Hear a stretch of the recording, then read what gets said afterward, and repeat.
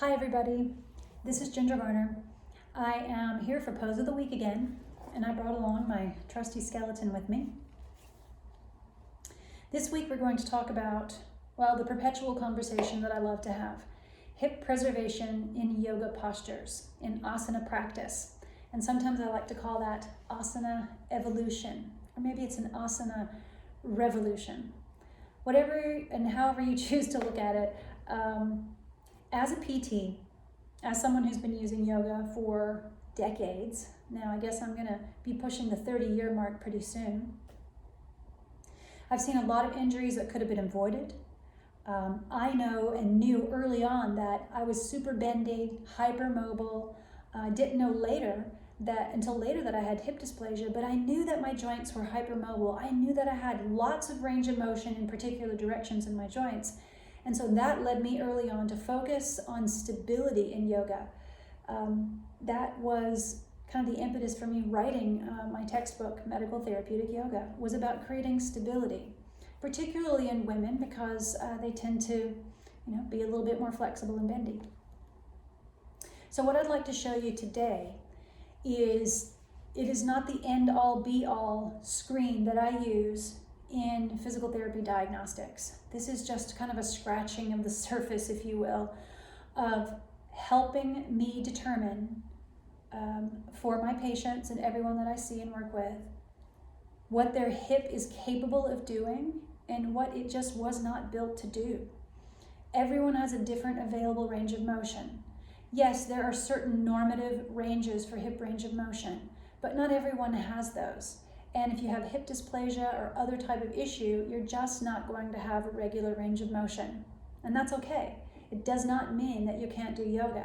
It just means that your movement, whatever mindful movement it may be, is going to look different. And according to what I would find in a physical therapy evaluation, and then maybe sometimes there's a diagnosis, maybe sometimes there isn't, that would help me determine exactly what you need to do in your yoga pose to preserve your hip joint. And of course that goes for the whole pelvic girdle, your low back, the SI joint, the pubic symphysis, etc., the whole pelvic girdle, excuse me, not just the hip. But today we're going to focus on the hip range. So with my pelvis here, if you look at the femoral head here, okay, so the ball of the hip joint, and you look at the neck of the femur right in here, what I am looking at when I do something called the Craig test or the version test is to measure this morphology, if you will, of the angle, okay, which means the structure of the hip joint is your morphology, is to look at the angle of this femoral neck compared to, and the only way you can draw an angle is to compare 2 points, so to draw an angle. So I look at the femoral neck line, and it's angled in alignment with the end of the femur, called the femoral condyles. So I'll measure that against this, and you'll have an angle. That's called your femoral version angle. Doing that allows me to clinically determine exactly where someone needs to be in a yoga pose, or any movement for that matter. And then we go on and we work on that. That's where hip preservation comes from. So when I say, please stop saying hip opening and just say hip preservation instead. Let's focus on hip preservation, not hip opening. That's what I mean. It's that not everybody can open a hip. In fact, in a lot of women, that's just a damaging phrase to use, and for some men too. It's just not helpful because it makes people think, oh, I have to open my hip and things will be better. Not true, not true at all. You could be creating stability issues, ligamentous laxity, etc., and other injuries that could end up with a labral tear or early degeneration of the hip. And if you are in the yoga community, you have seen and heard of a lot of well-known yoga teachers going on to have hip replacements because of early degeneration of the hip joint as a result of exactly what I'm talking about. So I use yoga differently as a PT. I use it for stability always, and then mobility as necessary. Mobility through the joint, mobility through the soft tissue, and particularly the fascia, which is so important. So what I'd like to do is just show you a really quick screen. If I'm resting this way, and I'm going to do that in just a minute. If I'm resting this way, I am going to bend my knee up. So I'm going to tell you what I'm going to do before I do it, just like when I see you as a patient. I'm going to bend my knee up, and then I'm going to rotate the hip inside the socket like this, okay? That's called external rotation and internal rotation. External and internal. What that does is tells me exactly what range of motion is available to you. If you are a person with loads of internal rotation, that means the feet are going to really flop away from each other, then you're going to be limited on external rotation. That means yoga postures, and it's most all yoga postures, okay, are going to lean towards abusing and using too much hip external rotation. That's that classic, let's just open your hip and all your pain will go away, or it's going to make you feel better, which is not true. That's a myth. So a lot of yoga poses depend way too much on hip external rotation. So if you're someone who, when you do this little screen, if your feet drop away from you and go really, way out to the side, then you're going to have to be careful with all of that, quote, hip opening. Warrior two, triangle, etc. There's a whole list of poses that use hip external rotation.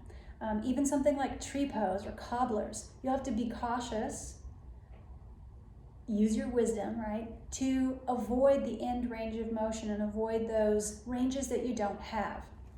Now, if you're someone who your feet cross over, and I'll show you what that means in a minute, if your feet cross over, you're going to have loads of external rotation, but not much internal. Now, fortunately for you, there are less yoga poses that depend on internal rotation. But your internal rotation could be something as little as sitting out in staff pose and leaning forward. That can create an internal rotation moment that's just enough to really aggravate your hip, or worse, tear your hip labrum. And we don't want that. So this is the simple screen that you're going to do. You're going to lay on your stomach, and you're going to have someone else look for you, unless you can look behind you and feel it.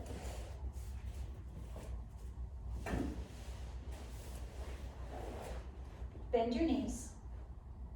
Let the feet drop towards each other. That measures your external rotation, and then let them drop away from each other. That measures internal rotation. So if you have not a lot of this, but more of this, then you have to be careful with all of those old hip opening poses, okay? What used to be called those, but we're not calling it that anymore. Anything that would have the hip go into this position, you're going to have to be concerned about, especially when you're standing and loading that posture, as in warrior two. That's a really commonly abused and misused one. If your feet cross over, like I just showed you, and they go more in this direction, you're going to have to be careful with things like Thunderbolt. And Hero would be even worse. Those might be poses where you need to bring the knees apart, or you need to sit up on blocks, something between the knees. But those poses that turn the legs inward and rotate the hip joints inward are going to be very difficult and put the hip labrum at risk for those individuals, okay? So it's two separate ends of kind of the same spectrum. Legs drop out, be cautious with those old hip openers, okay? If the legs cross in a whole bunch and over each other, then you'll have to be more cautious with those yoga poses that make your legs rotate inward. Okay, I hope that has really been helpful. This video is just a little bit longer than usual, but I'm all about some hip preservation, and I am not about hip opening. So let's start to shift our language towards giving our clients, our students, our patients feelings of success, okay? And that's another big reason to stop using the word and phrase hip opening. It's not helpful. It encourages people to think something inaccurate, that they can just open the hip and feel better, which is not true. And it also can be very discouraging for people who don't anatomically have that range available, and they just don't know it yet. You could be forcing your patients, your students, your clients into a range of motion that's not physiologically available because of the morphology of the hip. So I hope this has been helpful for you. Until next pose of the week, keep on working on your hip preservation, and I'll see you next time. Thanks.